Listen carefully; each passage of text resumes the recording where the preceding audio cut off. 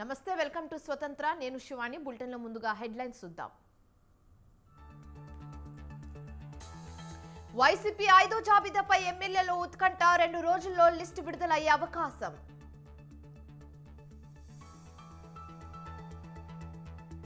విశాఖ జిల్లాలో వైఎస్ షర్మిల పర్యటన. క్షేత్రస్థాయిలో పార్టీ బలోపేతంపై షర్మిల దృష్టి.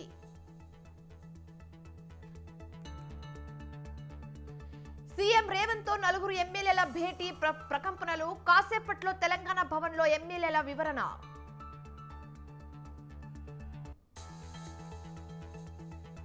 పార్లమెంట్ ఎన్నికలపై కాంగ్రెస్ ఫోకస్. మహబూబ్ నగర్ సెగ్మెంట్ కార్యకర్తలతో సమావేశాలు.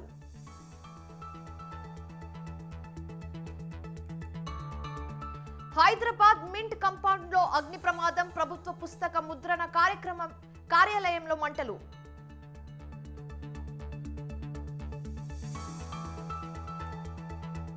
కెనడాలో విమాన ప్రమాదం. కూలిన చిన్న విమానం. 6 మృతి.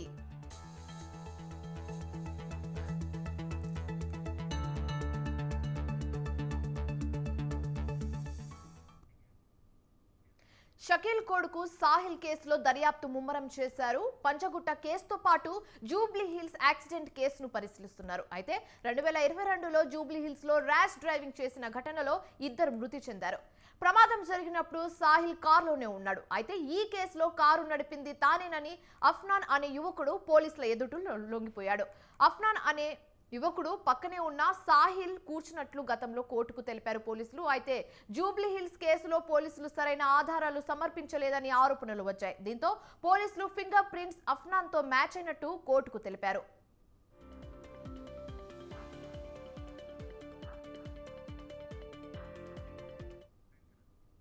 దీనిపై మరింత తాజా సమాచారం మా ప్రతినిధి పవన్ ఫోన్ ఇన్ ద్వారా అందిస్తారు. పవన్, చెప్పండి, మీ వద్ద ఉన్న తాజా సమాచారం ఏ విధంగా ఉన్నాయి?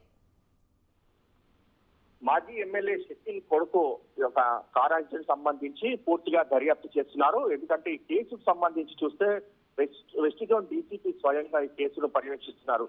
అయితే ఆ యొక్క ప్రగతి భవన్ వద్ద, ప్రజాభవన్ వద్ద కార్ యాక్సిడెంట్ తర్వాత సోహెల్ ను పిఎస్ నుంచి కూడా బయటికి తీసుకురావడం, అక్కడి నుంచి నేరుగా దుబాయ్ కి పంపించడం పైన కూడా దీనికి సంబంధించి పోలీసు ఉన్నతాధికారులు కూడా చాలా సీరియస్ అయ్యారు. ఎందుకంటే ఈ యొక్క ఘటనలో చూస్తే మాత్రము మాజీ ఎమ్మెల్యే షకీల్ స్వయంగా పోలీస్ స్టేషన్ కి వచ్చి తన కుమారుని పిఎస్ నుంచి తీసుకెళ్లడం, అంతేకాకుండా అతని ప్లేస్ లో వేరొక వ్యక్తిని పెట్టి దీనికి సంబంధించి పూర్తిగా కేసును తారుమారు చేసే ప్రయత్నంలో సిఐ కూడా సస్పెండ్ కూడా అయ్యారు. అయితే నేపథ్యంలో చూస్తే మాత్రము సోహెల్ ఇప్పుడు ప్రజెంట్ దుబాయ్ లో ఉన్నారు. ఇప్పటికే లుకౌట్ నోటీస్ కూడా జారీ చేశారు. జారీ చేసిన నేపథ్యంలో గతంలో జూబ్లీ హిల్స్ రోడ్ నంబర్ 36 లో కూడా దీనికి సంబంధించి కారు యాక్సిడెంట్ సంబంధించి కూడా పూర్తిగా డీటెయిల్స్ కూడా తీసుకుంటున్నారు. అయితే అప్పుడు కూడా ఈ యొక్క సోహెల్ స్వయంగా కారు నడిపి 2 చనిపోయారు ఈ యొక్క కారు ర్యాష్ డ్రైవింగ్ యాక్సిడెంట్ లో. అయితే ఈ నేపథ్యంలో చూస్తే అక్కడ కూడా సోహెల్ ని తప్పించి అఫ్నాన్ అనే ఒక యువకుని కూడా ఇక్కడ కేసు తారుమారు చేశారు. అఫ్నానే స్వయంగా వచ్చి తానే కారు నడిపానని చెప్పి తన పక్కన సోహెల్ ఉన్నట్టుగా దీనికి సంబంధించి ఒక పథకం ప్రకారమే అఫ్నాన్ వచ్చి పోలీసు సంబంధం కూడా లొంగిపోయాడు. అయితే ఇందులో చూస్తే అప్పుడు పోలీసులు, జూబ్లీస్ పోలీసు కూడా సక్రమంలో దర్యాప్తు చేయలేదని చెప్పి ప్రధానంగా ఇందులో కొంత అనుమానం కూడా వ్యక్తం అవుతుంది. ఎందుకంటే ఫింగర్ ప్రింట్స్ అఫ్నాన్ తో మ్యాచ్ అయినట్లుగా కోర్టు కూడా పోలీసులు తెలిపారు. కానీ finger prints report cards identification సంబంధించి పూర్తిగా దర్యాప్తు లోతుగా జరగలేదని మాత్రము ప్రాథమికంగా ఉన్నతాధికారులు కూడా అనుమానం వ్యక్తం చేసిన పరిస్థితి అనిపిస్తుంది. మొత్తానికి చూసి కేసుకు సంబంధించి అన్ని కోణాలు కూడా పోలీసులు దర్యాప్తు చేస్తున్నారు. అయితే సోహెల్ ని మాత్రము హైదరాబాద్ రప్పించేందుకు కూడా పోలీసులు లుకౌట్ నోటీసులు జారీ చేశారు. అంతేకాకుండా దీనికి సంబంధించి లీగల్ ఒపీనియన్ కూడా తీసుకున్న పరిస్థితి కూడా కనిపిస్తుంది. Right, thanks for the updates Pawan.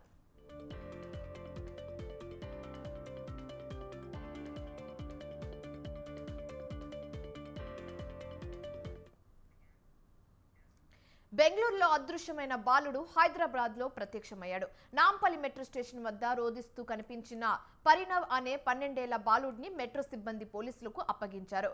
ఎవరైనా కిడ్నాపర్లు బాలుడిని కిడ్నాప్ చేసి హైదరాబాద్ లో వదిలిపెట్టారా అన్న కోణంలో విచారణ చేస్తున్నారు నాంపల్లి పోలీసులు. అయితే కొడుకు ఆచూకీ లభించడంపై కృతజ్ఞతలు తెలియజేశారు పరిణవ్ తల్లి.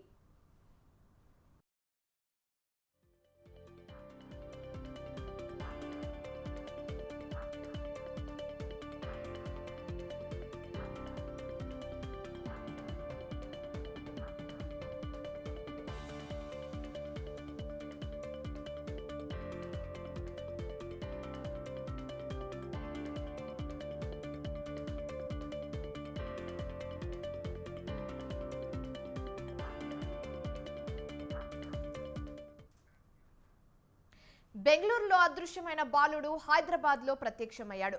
నాంపల్లి మెట్రో స్టేషన్ వద్ద రోదిస్తూ కనిపించిన పరిణవ్ అనే 12 ఏళ్ల బాలుడిని మెట్రో సిబ్బంది పోలీసులకు అప్పగించారు.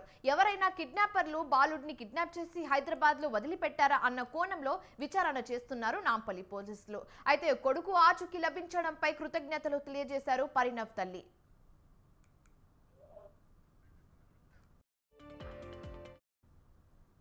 దీనిపై మరింత తాజా సమాచారం మా ప్రతినిధి ఉషా ఫోన్ ఇన్ ద్వారా అందిస్తారు. ఉషా, చెప్పండి, అసలు ఈ కిడ్నాప్ వెనకాల రీజన్ ఏంటి? బెంగళూరులో మిస్ అయితే హైదరాబాద్ లో కనిపించడం వెనకాల అసలు రీజన్ ఏంటి? మీ వద్ద ఉన్న తాజా సమాచారం ఏ విధంగా ఉన్నాయి? శివాని, 12 ఏళ్ల పరిణవ్ అనేటటువంటి ఆ బాబు బెంగళూరులో మిస్ అయ్యి హైదరాబాద్ లో ప్రత్యక్షమయ్యాడు. నాంపల్లి మెట్రో స్టేషన్ ఏదైతే ఉందో మెట్రో స్టేషన్ కింద ఏడుస్తూ కనిపిస్తున్నటువంటి బాబుని స్థానికంగా ఉన్నటువంటి పోలీసులకు మెట్రో సిబ్బంది అప్పగించడం జరిగింది. అబ్బాయి ఎవరా అన్న కోణంలో పోలీసులు ఆరా తీయగా కిడ్నాప్ కేసు మిస్సింగ్ కేసు నమోదైనటువంటి నాంపల్లి పోలీసులకు ఈ కేసుని ట్రేక్అవుట్ చేశారు. ప్రస్తుతం చూసుకున్నట్టయితే ఈ కిడ్నాప్ కేసుకు సంబంధించి ఏదైతే హైదరాబాద్ బెంగళూరులో కిడ్నాప్ చేసి హైదరాబాద్ లో ఈ అబ్బాయిని వదిలారా, లేకపోతే ఈ అబ్బాయి అంటే ఈ అబ్బాయి ఇక్కడికి చేరుకున్నాడు హైదరాబాద్ అన్న కోణంలో పలు కోణాల్లో కిడ్నాప్ చేసి వదిలారా, లేకపోతే ఈ బాబే బెంగళూరు వరకు వెళ్ళిపోయి తర్వాత ఏమన్నా హైదరాబాద్ కి వచ్చాడా అన్న కోణంలో వివిధ కోణంలో అయితే నాంపల్లి పోలీసు అయితే దర్యాప్తు కొనసాగిస్తున్నారు. ప్రస్తుతం అయితే బాలుడు తన తల్లిదండ్రుల వద్ద చేరుకున్నాడు. సురక్షితంగా బాలుడిని అయితే నాంపల్లి పోలీసులు తల్లిదండ్రులకు అయితే అప్పగించడం జరిగింది. తల్లిదండ్రులు కూడా తమ బాబు సేఫ్ గా తమకు చేరినందుకు ఆనందాన్ని వ్యక్తం చేస్తున్నారు. Right, thanks for the updates Usha. Found in Hyderabad Metro Nampalli station. He is safe. Now we are going to pick him from Hyderabad. Thank you so much for your support. Hi everyone. My son is found in Hyderabad Metro Nampalli station. CM Revanth రెడ్డితో BRS ఎమ్మెల్యేల భేటీపై political heat పెరిగింది. ఉమ్మడి మెదక్ జిల్లాకు చెందిన 4 ఎమ్మెల్యేలు party మారతారని రాజకీయ వర్గాల్లో జోరుగా చర్చ మొదలైంది. అయితే పార్టీ మార్పు ప్రచారాన్ని బీఆర్ఎస్ ఎమ్మెల్యేలు ఖండించారు. సీఎంతో భేటీలో రాజకీయ ప్రాధాన్యం లేదని ఎమ్మెల్యేలు క్లారిటీ ఇచ్చేశారు. ప్రోటోకాల్ అంశాలను సీఎం రేవంత్ రెడ్డికి దృష్టికి తీసుకెళ్లామని తెలిపారు. నియోజకవర్గాల అభివృద్ధికి సహకరించాలని కోరామని చెప్పారు. అయితే దీనిపై 4 ఎమ్మెల్యేలు కాసేపట్లో మరోసారి క్లారిటీ ఇవ్వనున్నారు.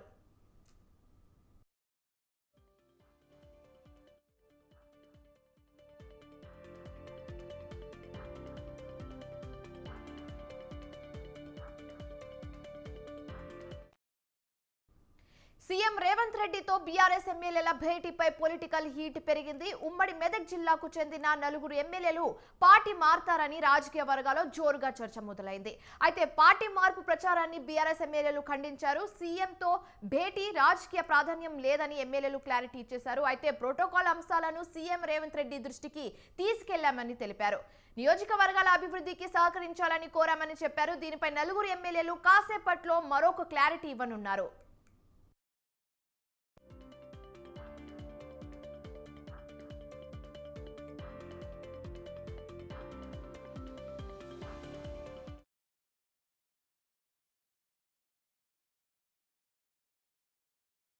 ఇస్తా ఉన్నామని ఎవరికి ఎవరైనా ఇస్తాం? మేము మా పార్టీకి అటువంటి నమ్మకం మా పైన ఉంది. మాకు మా పార్టీ పైన గౌరవం ఉంది. మేము పార్టీ నాయకత్వంలో పనిచేయడానికి సిద్ధంగా ఉండి కర్టసీగా కలిసినటువంటి దాన్ని ఈరోజు దుష్ప్రచారం చేయడం మంచి పద్ధతి కాదు అని చెప్పేసి నేను తెలియజేస్తా ఉన్నా. దీన్ని తీవ్రంగా ఖండిస్తా ఉన్నా. మేము వివరణ ఇవ్వడానికి రాలేదు. ఈరోజు ఏంటంటే ప్రజల్లో ఒక కన్ఫ్యూజన్ క్రియేట్ చేస్తూ ఉన్నారు ఈ కథనాల ద్వారా.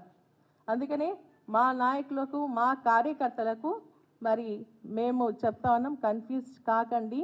కావాలని దురుద్దేశంతో మన పైన లేనిపోని మాటలు చెప్పి మరి ఈ విధంగా మరి అప్రతిష్ట పాలు చేసే విధంగా కొంతమంది మరి ప్రయత్నం చేస్తూ ఉన్నారని చెప్పేసి కూడా నేను తెలియజేస్తా ఉన్నా. మరి ఈరోజు నిజంగా కూడా మేము చాలా సమస్యలు ఎదుర్కొంటున్నాం. నేను సీనియర్ ఒక 3 సార్లు ఎమ్మెల్యేగా చేసి మంత్రిగా చేసి ఇప్పుడు మళ్ళీ 4సారి శాసనసభ్యులుగా ఎన్నుకోబడ్డారు.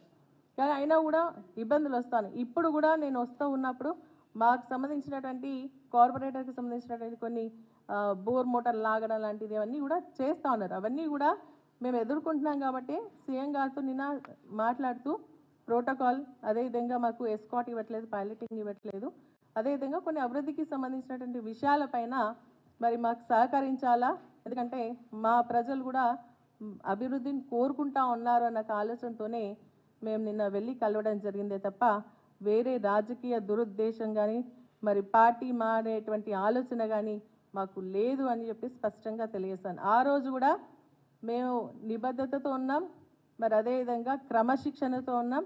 ఈరోజు కూడా అదేవిధంగా పార్టీ నాయకత్వం పైన నాయకత్వం ఆధ్వర్యంలో పనిచేయడానికి సిద్ధంగా ఉన్నామని చెప్పేసి కూడా నేను స్పష్టంగా మీకు తెలియజేస్తాను. ఎందుకంటే ఈరోజు చాలా ఒక్క రోజుల్లో ఎన్ని రకాలుగా మాట్లాడడం అంటే నిజంగా కూడా బాధాకరమైనటువంటి విషయం. కలవడం తప్ప అని చెప్పేసి మరి నిజంగా కూడా మరి నిన్న మా ఎమ్మెల్యే గారు చెప్పినట్టుగా అభివృద్ధి నిరంతర ప్రక్రియ. మేము ఆపోజిషన్ పార్టీలో ఉండొచ్చు, కానీ సీఎం గారు కానీ మంత్రులు కానీ కలిసి మా నియోజకవర్గానికి సంబంధించినటువంటి సమస్యలపైన మేము వెళ్తాం, అరుగుతాం, అది మా ఒక హక్కు.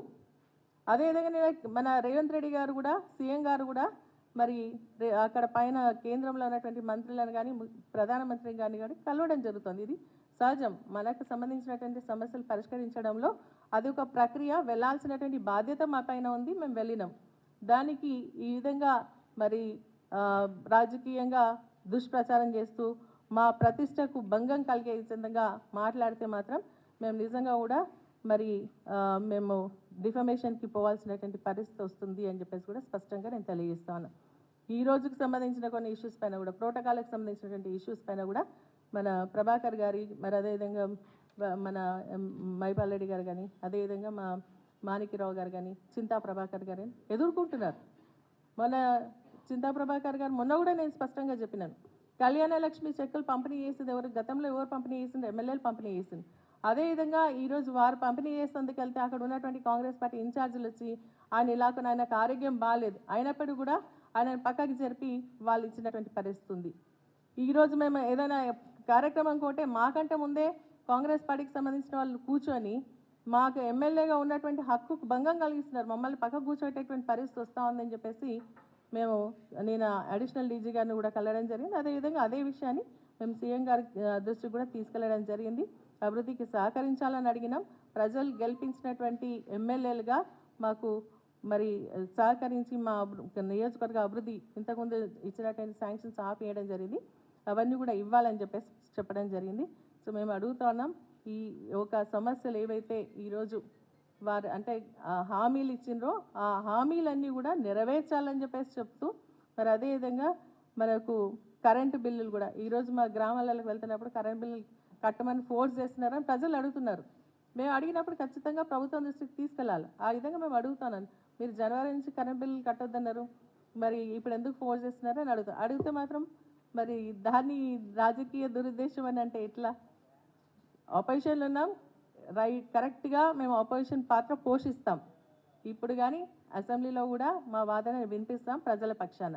అదేవిధంగా ప్రజలకు సంబంధించినటువంటి సమస్యలు కూడా మరి ముఖ్యమంత్రి గారు కానీ మంత్రులు కానీ అధికారుల దగ్గర కానీ వెళ్ళాల్సినటువంటి బాధ్యత మా పైన ఉంది, ఖచ్చితంగా వెళ్తాం.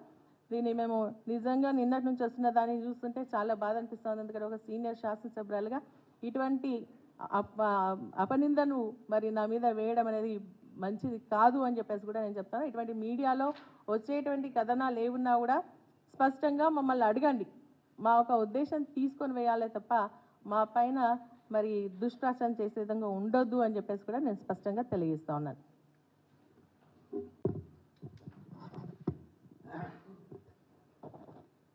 అందరికి నమస్కారం. జనరల్గా చాలా విషయం మేడం చెప్పింది. నేను ఒకటే అడుగుతున్నా, మరి కాంగ్రెస్ పార్టీని, ఇప్పుడు ముఖ్యమంత్రి అనేటోడు కాంగ్రెస్ పార్టీకా లేకపోతే తెలంగాణకా? తెలంగాణకు ఒక ముఖ్యమంత్రి, లేదంటే కాంగ్రెస్ పార్టీకి ఒక ముఖ్యమంత్రి, ఇద్దరు ముఖ్యమంత్రులు అయితే ఉండరు అనుకుంటా నేను. మరి మేము జనరల్గా పోయినాము, మాకు కాన్స్టిట్యున్సీకి సంబంధించి నేను మొన్నటి వరకు 10 ఏళ్ళు ఎంపీగా పనిచేసిన, మాకు మొత్తం జిల్లాలో ఎక్కడెక్కడ ఏం సమస్యలు ఉన్నాయి ఆ సమస్యల మీద నలుగురం కలిసి పోయినాము. మాకు కూడా తెలుసు ఏ కాన్స్టిట్యున్సీలో ఏ ఇబ్బందులు ఉంటాయి. పోయి మరి మా కాన్స్టిట్యున్సీలో ఈ ఇబ్బందులు ఉన్నాయి. నాకు మొన్న దుబ్బాక ఎమ్మెల్యే నిలబడ్డా, మరి దుబ్బాకలో నాకు ఒకటి మరి రెవెన్యూ డివిజన్ కావాలి, కొన్ని రోడ్లకు డబ్బులు కావాలి, ఇవన్నీ ఇవ్వాలని చెప్పి మరి నేను గౌరవ ముఖ్యమంత్రి గారిని రేవంత్ రెడ్డి గారిని కలిస్తే దాన్ని పెద్ద రాజకీయం చేసి పార్టీలకు వెళ్ళి పోతున్నారు. ఏమో అవుతుంది, ఎందుకు పోతామా మేము పార్టీ? కాంగ్రెస్ పార్టీ అంటే అది ఎండికేల పార్టీ. గిల్లకెళ్ళి మేము గల్లకి ఎందుకు పోతాం? ఉద్యమంలో ఉన్నప్పటి నుంచి డే 1 నుంచి 2001 నుంచి మేము పోరాటం చేసి తెలంగాణ తెచ్చుకున్నాము. మా మెదక్ జిల్లా అంటే ఉద్యమాల గడ్డ. గిల్లకెళ్ళి మేము గల్లకి ఎందుకు పోయి కాంగ్రెస్ పార్టీలో పోతామా? ఇప్పుడు సమస్యల మీద పోవాలి కదా. మాకు ప్రజలు గెలిపించిర్రు, మన 54,000 మేడతో గెలిపించిర్రు. వారికి ఎన్నో సమస్యలు ఉన్నాయి. మరి సమస్యల మీద మొన్న నేను పోయి కోమటిరెడ్డిని కలిసి మాకు R&B రోడ్లు ఉన్నాయి, రోడ్లు కావాలని అడిగినాను. మరి అదేవిధంగా ఉత్తమ్ కుమార్ రెడ్డిని కలిసినాను. మల్లన్న సాగర్ వాటర్ ఉన్నది, మా కాలువలకు నీళ్ళు వస్తలేవు, రైతులు బాధపడుతున్నారు, మరి మాకు నీళ్ళు ఇవ్వాలి. ఇంతకుముందు మా రైతులు ఒక ఫోన్ కాల్ కొడితే మరి అప్పటి ఉన్న ఇరిగేషన్ మంత్రి గారు మెసేజ్ పంపిస్తే తెల్లార వరకల్లా కాలువలలో నీళ్లు ఉంటుండే. ఇలా 15 రోజులు అవుతుంది నేను ఇలా ఉత్తమ్ కుమార్ రెడ్డిని కలిసి. ఈ రోజు వరకు కూడా మరి నీళ్ళు ఇవ్వలేకపోతుండే. ఈ రోజు వచ్చి మరి కొండా సురేఖ గారు వచ్చి ఇలా మా దగ్గర దుబ్బాకల ప్రోగ్రామ్ చేస్తున్నది. దానికి ప్రోగ్రామ్కు మాకు ఎవరు చెప్పాలి? అధికారులు చెప్పాలి. ఇవాళ ఎవరు వాళ్ళ కాంగ్రెస్ పార్టీ ఇన్ఛార్జులు ఇలా వాట్సాప్లలో పెట్టి మా మంత్రి గారు వస్తున్నారని చెప్పి వాళ్ళు ఇలా కింద ఎవరి పేర్లు ఉన్నాయి? పూజల హరికృష్ణ, మన సిద్దిపేట నుంచి ఓడిపోయిన ఎమ్మెల్యే పేరు పెట్టి దీన్ని రిలీజ్ చేస్తారు. ఇంకోటి చెరుకు శ్రీనివాసరెడ్డి, మన దుబ్బాక ఎలక్షన్లో నా మీద డిపాజిట్ కోల్పోయిన ఎమ్మెల్యే వచ్చి ఆయన ఇవాళ ప్రోటోకాల్ మెయింటైన్ చేస్తున్నాడు. ఇలా ఆయన ప్రోగ్రామ్ కండక్ట్ చేస్తున్నాడు. ఇక పోతే మరి అధ్యక్షుడు మరి ఏదైనా ప్రోగ్రామ్ చేస్తే ఎమ్మెల్యే గారు సభాధ్యక్షులు ఉంటారు. ఇలా మా పేరేమున్నది? ఇక్కడ కొండ సురేఖ, తర్వాత 4 మంత్రులు, కింద 4వ ప్లేసుల్లో 5వ ప్లేసుల్లో ఎమ్మెల్యే పేరు ఉన్నది. దీనికోసం మేము అడగడానికి పోతే ఇదో పెద్ద రాజకీయము. కాంగ్రెస్లో ఏదో మేము కలుస్తున్నాము, మా పార్టీకి ఏమో లేనట్టు, వాళ్ళది ఏదో పెద్ద దేశంలోనే పెద్ద పార్టీ పెద్ద ఉరగబెడుతుండ్రు, ఆ కాంగ్రెస్ పార్టీలో పోయి మేము గెలుస్తున్నాం అని చెప్పి ఇలా రకరకాల జిమ్మిక్కులు చేసి టీవీలల్లో, పేపర్లల్లో, సోషల్ మీడియాలల్లో ఇదో పెద్ద డ్రామా. మరి మాకు ఏం అవసరము? మేము ఎందుకు పోతాము? మరి ముఖ్యమంత్రి అన్నప్పుడు మేము అందరి దగ్గర పోతాము, అందరు మంత్రుల దగ్గరకు పోయినాము. నేను 2 సార్లు ఎంపీ ఉన్న ప్రధానమంత్రిని కలిసిన, మంత్రులను కలిసినాము. రాష్ట్రానికి రావాల్సిన రైల్వే గురించి రైల్వే మంత్రులను కలిసినాము. హైవే గురించి నేషనల్ హైవే మంత్రి నితిన్ గడ్కరీని కలిసినాము. మరి సివిల్ సప్లై ఫుడ్ కార్పొరేషన్ మంత్రులను కలిసినాము. ఏ రోజు కూడా ఢిల్లీలో ఉన్నన్ని రోజులు మేము మంత్రులను కలిసి మాకు రావాల్సిన మరి తెలంగాణ రాష్ట్రానికి మా నియోజకవర్గం రావాల్సిన నిధుల గురించి కొట్లాడినాము. అదే తరహాలో ఇప్పుడు కూడా పోయినాం. ప్రధానమంత్రిని కూడా నేను 3 సార్లు కలిసిన. అదే తరహాలో ఈరోజు ముఖ్యమంత్రి గారిని కలవడం తప్ప, మంత్రులను కలవడం తప్ప, అధికారులను కలవడం తప్ప, సెక్రటరియట్కి నేను పోయిన. ఇప్పటికి 4-5 సార్లు సెక్రటరియట్కి పోయిన అధికారుల దగ్గర మా ఫైల్స్ పట్టుకొని. ఎందుకు పోకూడదండి? దీన్ని పట్టుకొని వార్తలలో పెద్ద పేపర్లలో అడగడం అనేది కరెక్ట్ కాదు. మీరు మొన్న ఎలక్షన్లో ఇప్పుడు ఏమేమి వాగ్దానాలు చేసారో తెలుసు. 6 పథకాలు, 6 కాదు గ్యారంటీలు, మీరు చేసిన 13 గ్యారంటీ పథకాలు చేసిండ్రు. అవి ఇస్తే మేము కూడా స్వాగతిస్తాము, మీరుని సన్మానిస్తాము, శాల్వాలు కప్తాము, బ్రహ్మాండంగా మీరుని ఊరేగిస్తాము. ప్రజలకు ఏమి ఇచ్చిర్రు? మొన్న పవర్ యూనిట్ 200 యూనిట్లు ఫ్రీ ఇస్తామన్నారు, 4,000 రూపాయలు పెన్షన్ ఇస్తామన్నారు, మహిళలకు వృత్తి 2,500 ఇస్తామన్నారు, మరి రైతు బంధు వేస్తామన్నారు. నిన్న రైతు బంధు అడిగితే ఒక ఊర్లో పోతే కోమటిరెడ్డి వెంకటరెడ్డి గారు చెప్తాడు కొట్టురే అంటుండ్రు. ఇదేనా సంస్కారం? వల్ల చెప్తాడు కొట్టుకోవడానికే నేను గవర్నమెంట్లో నేను రూల్లో సీట్లో కూర్చున్న పెట్టినరా? చెప్తోటి కొడితే అది ఏం సంస్కారం? అది ఇవి వాళ్ళు చేసే పనులు. ఇలా 15 రోజుల తర్వాత కూడా మాకు మల్లన్న సాగర్ ప్రాజెక్టులకి నీళ్ళు వదిలేక మొత్తం మన మొక్కజొన్నలు ఎండిపోతున్నాయి, పొద్దుతిరుగుడు ఎండిపోయింది, వరిసేనులు ఎండిపోతున్నాయి. నాటుకొచ్చిన తుకాలు కూడా మరి నాటేసుకుందామంటే కూడా నీళ్ళు వదులుతలేరు. 15 రోజుల తర్వాత ఇవాళ వచ్చి మంత్రి గారు వచ్చి ఇలా ప్రోగ్రాం పెట్టింది. దానికి ఎవరు? మొత్తం కాంగ్రెస్ కార్యకర్తలు, వాళ్ళనే చీఫ్ గెస్టులు, వాళ్ళే స్టేజ్ మీద, వాళ్ళే ప్రోటోకాల్ దాంట్లో, వాళ్ళే అన్నిట్లలో కూడా వాళ్ళే. ఇలా వాళ్ళ సంస్కారం కాదు, మా సంస్కారం ఇది. మేము మొన్నటి వరకు కూడా నా దగ్గర రఘునందన్ రావు గారు బీజేపీ ఎమ్మెల్యే ఉండే, వాళ్ళు సభాధ్యక్షులుగా వాళ్ళ ఫోటో మేము అది కూడా చూపిస్తాను నేను ఎట్లా పెట్టినాం మేము. మరి ఆ సంస్కారం కూడా లేకపోతే ఎట్లా వీళ్ళకు?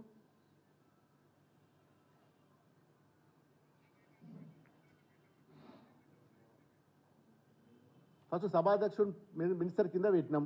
మరి అదే తరహాలో వీళ్ళు కూడా పెట్టాలి కదా, గతంలో పెట్టినట్టు. అంటే రకరకాల తప్పు పనులు చేసి మీరు అనవసరంగా మమ్మల్ని బదనాం చేసి పార్టీలు మారుతుండనేది కరెక్ట్ కాదు. ఖచ్చితంగా ఈరోజు రేపు జరగబోయే ఎన్నికల్లో కూడా మరి మెదక్ పార్లమెంట్లో 100% గెలిచేది గులాబీ జెండా. మా ఎంపీగా మేము మా గౌరవ కేసీఆర్ గారు ఎవరైతే అభ్యర్థిని మరి అవకాశం ఇస్తాడో మరి దానికి 100% రేపు జరగబోయే ఎన్నికల్లో కూడా మీరు చేసిన వాగ్దానాలు, మీరు చేయబోయే వాగ్దానాలు ఏమున్నాయో అవన్నీ కూడా ఎండగడతాం. అవసరం అనుకుంటే మరి రోడ్డు మీదకి వస్తాం. మాకు ఏదైనా కొత్త ఏం కాదు. ధర్నాలు చేసైనా ఏదైనా ఇలా ప్రజలకు ఏదైతే మాట ఇచ్చిండ్రో మీరు ఆ మాట నిలబెట్టే వరకు కూడా మేము పోరాటం చేస్తాం. వచ్చే ఎన్నికల్లో కూడా ఖచ్చితంగా మెదక్ గడ్డ మీద ఎగిరేది గులాబీ జెండా. మా పార్టీ ఉన్నంతసేపు, మేము ఉన్నంతసేపు గులాబీ జెండాని ఇచ్చిపెట్టి, కేసీఆర్ని ఇచ్చిపెట్టి ఎక్కడ పోయే అవసరము లేదు, మాకు ఉద్దేశము లేదు. మేము ఇప్పుడు కాదు, మళ్ళీ ముఖ్యమంత్రి గారిని నిన్న కలుసుడు కాదు, ఇంకా 100 సార్లు కూడా కలుస్తాం. సమస్యల మీద మా ప్రజల కోసం అందరు మంత్రులను కలుస్తాం, ముఖ్యమంత్రి గారిని కలుస్తాం. మరి ఇంకా 5 సంవత్సరాలు మ్యాండేట్ ఇచ్చిండ్రు. మరి ప్రతి నెలకు ఒకసారైనా కలుస్తాం, 2 నెలలకు ఒకసారైనా కలుస్తాం. ఏ అవసరం ఉన్నా కానీ ముఖ్యమంత్రులను, మంత్రులను, చీఫ్ సెక్రటరీలను అందరినీ కలుస్తాం. అవకాశం వాళ్ళు వాగ్దానాలు ఇచ్చినా తీయకపోతే కూడా దాని మీద కూడా అన్ని విధాల పోరాటం చేస్తాం. ప్రజల కోసం పోరాటం చేసిన పార్టీ ఇలా బీఆర్ఎస్ పార్టీ. మరి మా మీద అనవసరమైన దుష్ప్రచారాలు చేస్తే మాత్రం ఊరుకునేది లేదు. ఖచ్చితంగా ఎండగడతాం. మీరు చేసిన మొన్న ఎలక్షన్లో ఇచ్చిన వాగ్దానాలు ఏదైతుందో అవి పూర్తి చేసే వరకు కూడా మా పోరాటం ఆగది. Thank you. ఇంకేమైనా అడిగితే అడగచ్చు మీరు.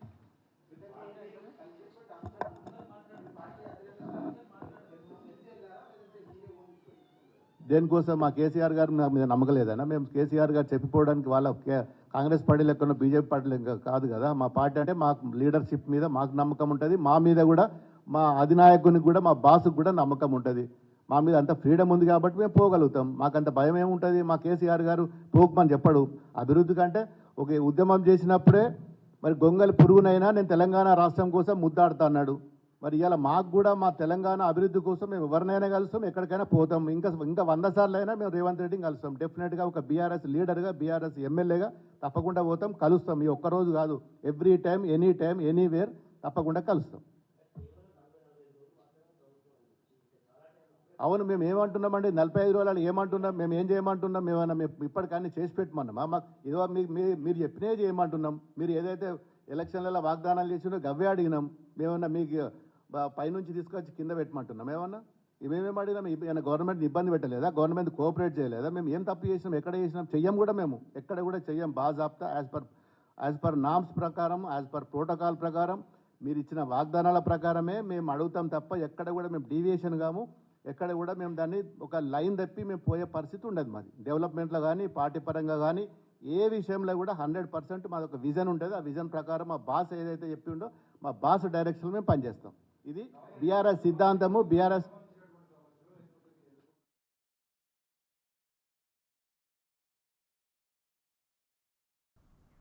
సీఎం రేవంత్ రెడ్డిని కలిసేందుకు సస్పెండ్ అయిన ఆర్టీసీ ఉద్యోగులు పెద్ద ఎత్తున తరలివచ్చారు. జూబ్లీ హిల్స్ లోని సీఎం రేవంత్ రెడ్డి నివాసం వద్దకు వచ్చిన వారిని పోలీసులు అడ్డుకున్నారు. గత ప్రభుత్వంలో తమకు అన్యాయం జరిగిందని తమ గోడను సీఎంకు విన్నవించుకునేందుకు వచ్చినట్లు ఆర్టీసీ మాజీ ఉద్యోగులు తెలిపారు. చిన్న చిన్న కారణాలతో 1500 మందిని ఉద్యోగాల నుంచి తీసివేశారని ఆవేదన వ్యక్తం చేశారు. తమను విధుల్లోకి తీసుకోవాలని విజ్ఞప్తి చేశారు. అయితే సీఎంను కలిసి వినతి పత్రం ఇచ్చేందుకు 3కి పోలీసులు అనుమతిచ్చారు.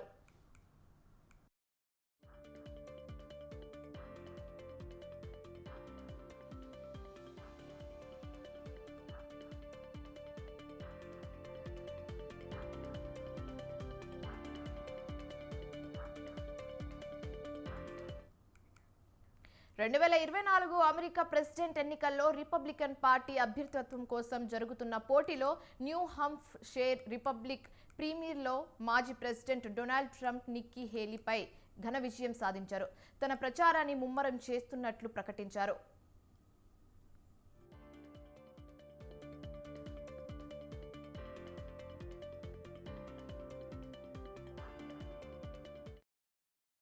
న్యూ హంప్ షేర్ ప్రైమరీలో నిక్కీ హేలీని ఓడించిన మాజీ అధ్యక్షుడు డొనాల్డ్ ట్రంప్ ఇప్పుడు రిపబ్లికన్ అధ్యక్ష అభ్యర్థిత్వానికి మరింత దగ్గరయ్యారు. న్యూ హంప్ షేర్లో ట్రంప్ గతంలోనూ గెలిచారు. తాను 3 సార్లు గెలిచానని, న్యూ హంప్ షేర్ నుంచి ప్రతిసారి గెలుస్తానని, ప్రైమరీలు గెలుస్తానని, ఈసారి జనరల్స్లోనూ గెలుస్తానని ట్రంప్ తన విజయం ప్రసంగంలో పేర్కొన్నారు. అయితే పోల్ అయిన ఓట్లలో డొనాల్డ్ ట్రంప్ 54.4% ఓట్లు సాధించారు. 93,290 ఓట్లు వచ్చాయి. నిక్కీ హేలీకి 74,871 ఓట్లతో 43.6% ఓట్లు సాధించారు.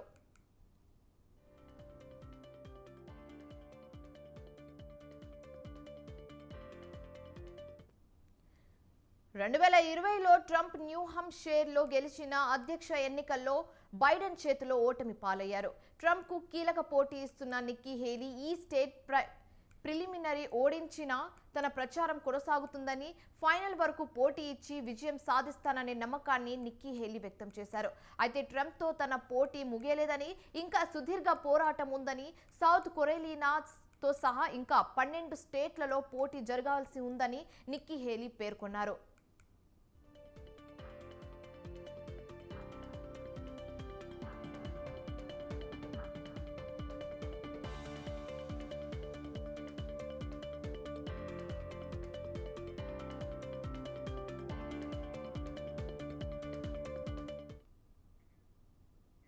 దివంగత బీహార్ మాజీ సీఎం కర్పూరి ఠాకూర్ను భారత్ రత్న వరించింది.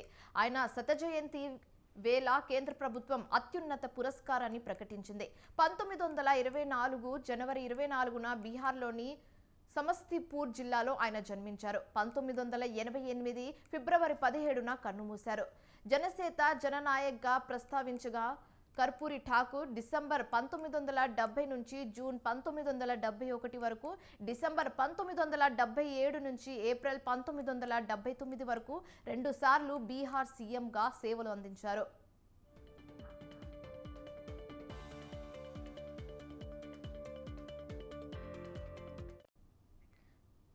జర్నలిస్ట్ tehelka.com మాజీ editor in chief Tarun Tej గుర్తున్నాడా?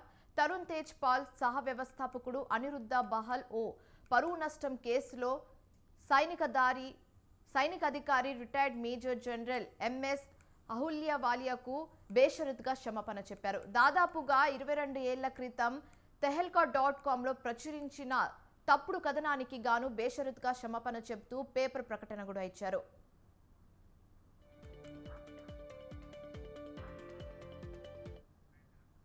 Investigation journalism పేరుతో అప్పట్లో tehelka.com ప్రచురించిన వార్తా కథనాలు సంచలనం సృష్టించాయి. 2002లో జరిగిన రక్షణ ఒప్పందాల్లో సైనికాధికారి హోదాలో మధ్యవర్తిత్వం వహించిన తనకు అవినీతి ఆపాదిస్తూ ప్రచురించిన కథనంపై రిటైర్డ్ మేజర్ జనరల్ అహుల్యవాలియా ఈ పరువు నష్టం దావా వేశారు. ఆపరేషన్ వెస్ట్ ఎండ్ పేరుతో ఈ అవినీతి కుంభకోణం వెనుక డజన్ మందికి పైగా అధికారులు, రాజకీయవేత్తలకు సంబంధం ఉందని టెహెల్కా కథనంలో పేర్కొన్నారు. మేజర్ జనరల్ ఎంఎస్ అహుల్యవాలియా దాదాపు 50,000 రూపాయలు మాథ్యూ శామ్యుల్ అనే రిపోర్టర్ నుంచి అందుకున్నారని, దివంగత లెఫ్టినెంట్ కర్నల్ సెయిల్ సమక్షంలో ఇది జరిగిందని అప్పట్లో ఆ కథనంలో పేర్కొన్నారు. అయితే major general blue label whisky 10 లక్షల రూపాయలు డిమాండ్ చేశారని కూడా కథనాలు రాశారు. ఈ కథనాలపై కోర్టులు తరుణ్ తేజ్ పాల్ను తీవ్రంగా మందలించాయి. అయితే ఢిల్లీ హైకోర్టు గడ్డి పెట్టడంతో మేజర్ జనరల్ అహుల్యవాలియా ఎలాంటి లంచం తీసుకోలేదని, బ్లూ లేబుల్ విస్కీ కూడా తీసుకోలేదని తాము స్పష్టం చేశారు. తమ టేప్లలో దొర్లిన తప్పులకు కథనాలతో బేషరతుగా క్షమాపణ చెప్తున్నామని తరుణ్ తేజ్ పాల్, అనిరుద్ధ బహల్ ప్రకటనలో పేర్కొన్నారు.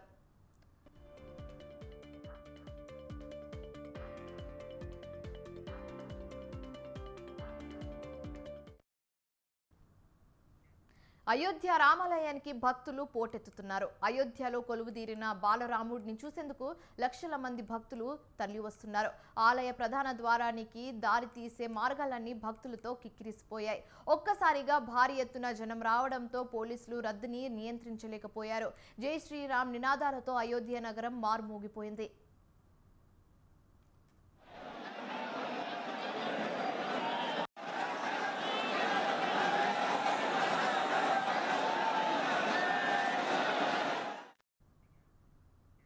బీసీసీఐ అవార్డుల ప్రధాన వేడుక హైదరాబాద్లో ఘనంగా జరిగింది.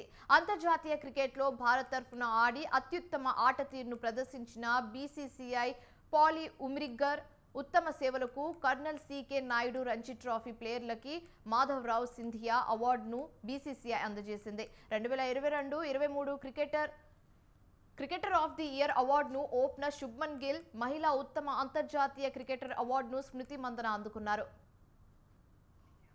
అయితే లైఫ్ టైమ్ అచీవ్మెంట్ అవార్డును అందుకున్న మాజీ టీమిండియా కోచ్ రవిశాస్త్రి భావోద్వేగానికి లోనయ్యారు.